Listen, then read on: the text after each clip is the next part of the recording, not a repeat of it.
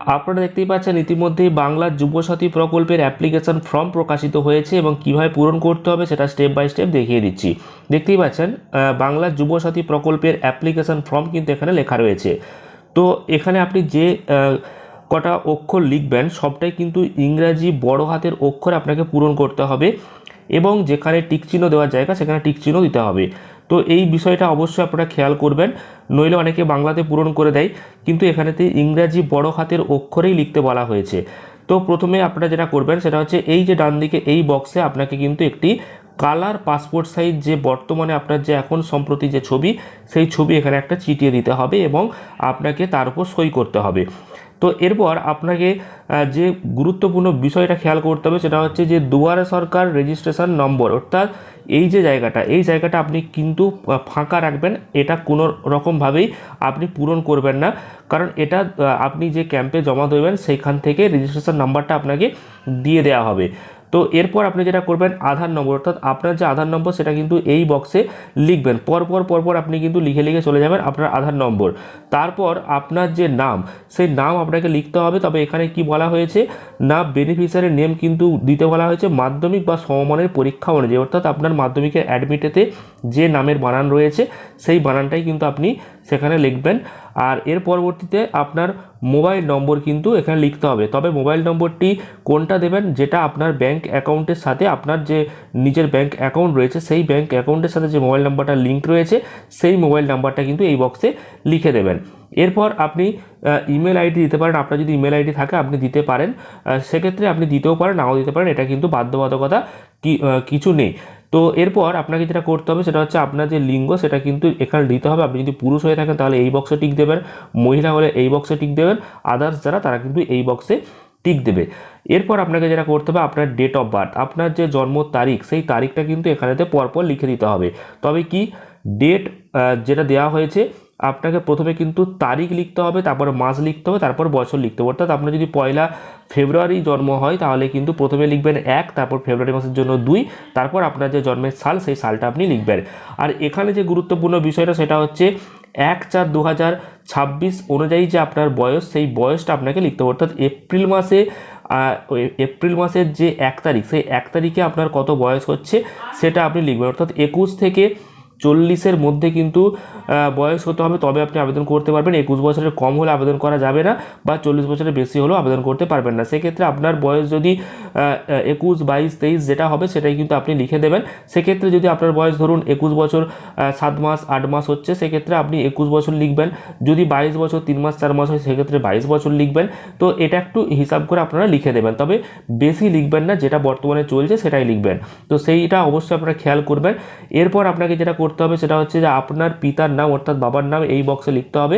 সব কিন্তু বড় হাতের অক্ষরে লিখবেন। তবে আপনি যখন নামগুলো লিখবেন তখন আপনার নাম এবং আপনার যদি মিডিল নাম থাকে বা যে টাইটেল থাকছে সেইগুলো কিন্তু লেখার সময় একটা করে ঘর আপনারা ফাঁকা দেবেন। যেমন ধরুন আমি বলছি কারোর নাম যদি হয় রাম, সেক্ষেত্রে সে কিন্তু লিখবে বড় হাতের RAM। এরপর রাম, তার পাশে যদি তার পদবী হয় পাল সেক্ষেত্রে একটা যে বক্স আছে সেই বক্স ফাঁকা দেবে, তারপর সে PAL এভাবে লিখে দেবে।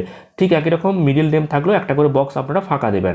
তারপর যেটা করতে হবে সেটা হচ্ছে এই বক্সে আপনার মায়ের নাম লিখে দিতে হবে। আর যদি কেউ বিবাহিত হয়ে থাকে তাহলে পুরুষ কিন্তু লিখবে তার স্ত্রীর নাম, আর যিনি মহিলা থাকবেন তিনি তার স্ত্রীর নাম কিন্তু এই বক্সে লিখে দেবে। এরপরে কি করতে হবে আপনার যে ক্যাটাগরি অর্থাৎ আপনি SC ST না OBC না সাধারণ সেটা কিন্তু আপনাকে এখানে একটা টিক চিহ্ন দিতে হবে। অর্থাৎ আপনি যদি জেনারেল হয়ে থাকেন তাহলে এখানে টিক চিহ্ন দেবেন।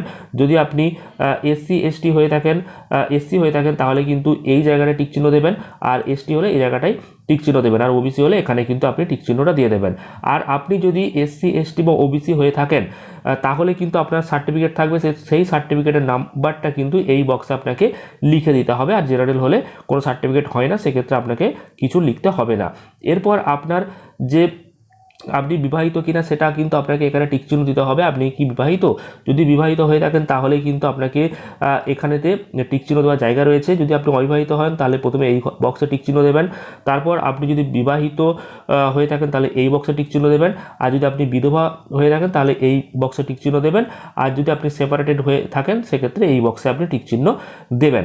এরপর আপনাকে যেটা করতে হবে, আপনার কন্ট্যাক্ট ডিটেলস অর্থাৎ আপনার যে বাড়ির নম্বর থেকে শুরু করে আপনার গ্রাম, পোস্ট অফিস সব কিছু এখানে কিন্তু লিখতে হবে। সেক্ষেত্রে প্রথমে আপনার বাড়ির নম্বর আপনি এখানে লিখে দেবেন। তারপর আপনার গ্রাম বা শহরের নাম আপনি এই বক্সে লিখবেন। আপনার পোস্ট অফিসের নাম এখানে লিখতে হবে। আপনি যদি গ্রাম পঞ্চায়েতের অধীনে হন তাহলে গ্রাম পঞ্চায়েতের নাম লিখবেন। আর যদি আপনি মিউনিসিপ্যালিটি অর্থাৎ আপনার ওয়ার্ড নাম্বার থাকে সেটা লিখবেন। আর তারপর আপনি আপনার ব্লক, মিউনিসিপ্যালিটি বা কর্পোরেশন যে কোনো একটা এখানে লিখে দেবেন।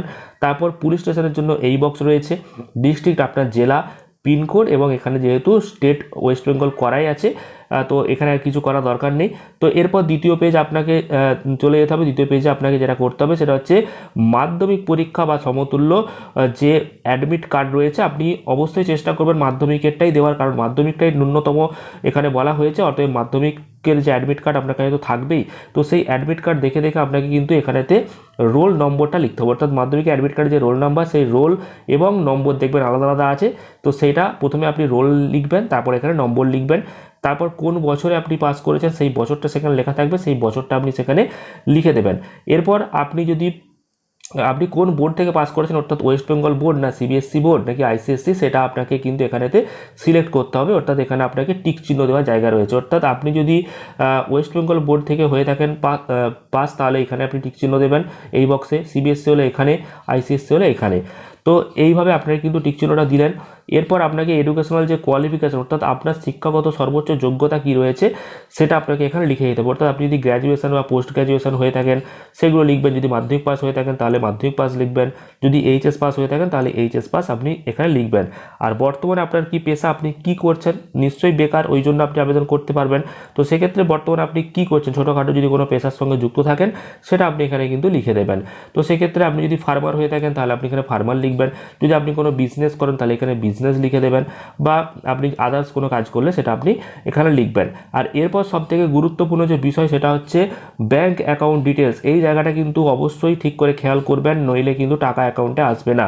সেক্ষেত্রে প্রথমে আপনাকে যেটা করতে হবে ব্যাংকের নাম আপনাকে এখানে লিখতে হবে। অর্থাৎ আপনার যদি স্টেট ব্যাঙ্ক হয় তাহলে আপনি state bank of India, Punjab হলে পাঞ্জাব, ইউকো হলে ইউকো, বা আদার্স ব্যাঙ্ক যেটা ব্যাংকের নাম হবে সেটা আপনাকে এখানে লিখতে হবে। এরপর আপনাকে যেটা করতে হবে ব্যাংক কোন ব্রাঞ্চ অর্থাৎ কোন শাখাতে সেটা আপনাকে এখানে লিখে দিতে হবে। ব্যাংক অ্যাকাউন্টের যে নম্বর সেই নম্বর লেখার জন্য এই ঘরেতে আপনারা কিন্তু লেখা শুরু করবেন, আর আইএফএসসি কোড লিখবেন এই ঘরেতে। তো এইগুলো অবশ্যই খুব ভালো করে খেয়াল করবেন এবং পাসবইতে কিন্তু এগুলো আপনি পেয়ে যাবেন। এরপর আপনাকে যেটা করতে হবে, আপনি কি অন্য কোনো সরকারি সাহায্য পান, অর্থাৎ রাজ্য সরকারের কি কোনো রকম সাহায্য পান। এক্ষেত্রে দেখুন পরিষ্কার বলে দেওয়া হয়েছে যে আপনার কোনো রকম শিক্ষাগত সুবিধা বা বৃত্তি ছাড়া অর্থাৎ কোনো স্কলারশিপ ছাড়া আপনি কি অন্য কোনো সরকারি প্রকল্পের সাহায্য পান, যেমন কৃষক বন্ধু বা এই সমস্ত বিষয়গুলো এখানে কিন্তু উল্লেখ করা হয়েছে। যদি পান তাহলে আপনাকে এখানে হ্যাঁ করতে হবে, আর যদি না পান তাহলে না। তবে যেহেতু সার্কুলারে বলাই ছিল সরকারি অন্য কোনো প্রকল্পের টাকা যদি আপনি পান তাহলে আবেদন করতে পারবেন না, সেক্ষেত্রে হ্যাঁ দিলে তো অটোমেটিক আপনার ফর্ম ক্যান্সেল হয়ে যাবে, আর সেক্ষেত্রে আপনাকে এখানে নাই করতে হবে।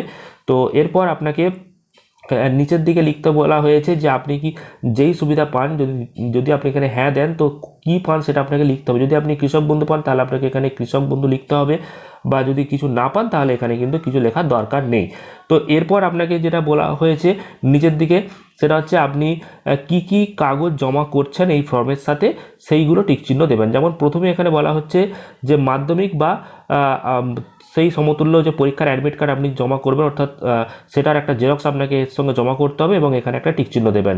তারপর মাধ্যমিকের মার্কশিট বা সার্টিফিকেট আপনি জমা করবেন, তার জন্য এখানে টিকচিহ্ন দেবেন। তো যেইগুলো আপনি টিকচিহ্ন দেবেন সেগুলোর প্রত্যেকটা জেরক্স কিন্তু আপনাকে এই ফর্মের সঙ্গে জমা করতে হবে। তারপর আধার কার্ডের কপি আপনাকে জমা করতে হবে, তাই এখানে একটা টিকচিহ্ন দেবেন। এরপর আপনাকে যেটা বলা হয়েছে ব্যাংক অ্যাকাউন্ট পাসবইয়ের যে প্রথম পাতার ছবি যেখানে আপনার অ্যাকাউন্ট নম্বর, আইএফএসসি কোড সব লেখা আছে সেটা আপনাকে জেরক্স করে জমা করতে হবে, তার জন্য এই বক্সে টিকচিহ্ন দেবেন।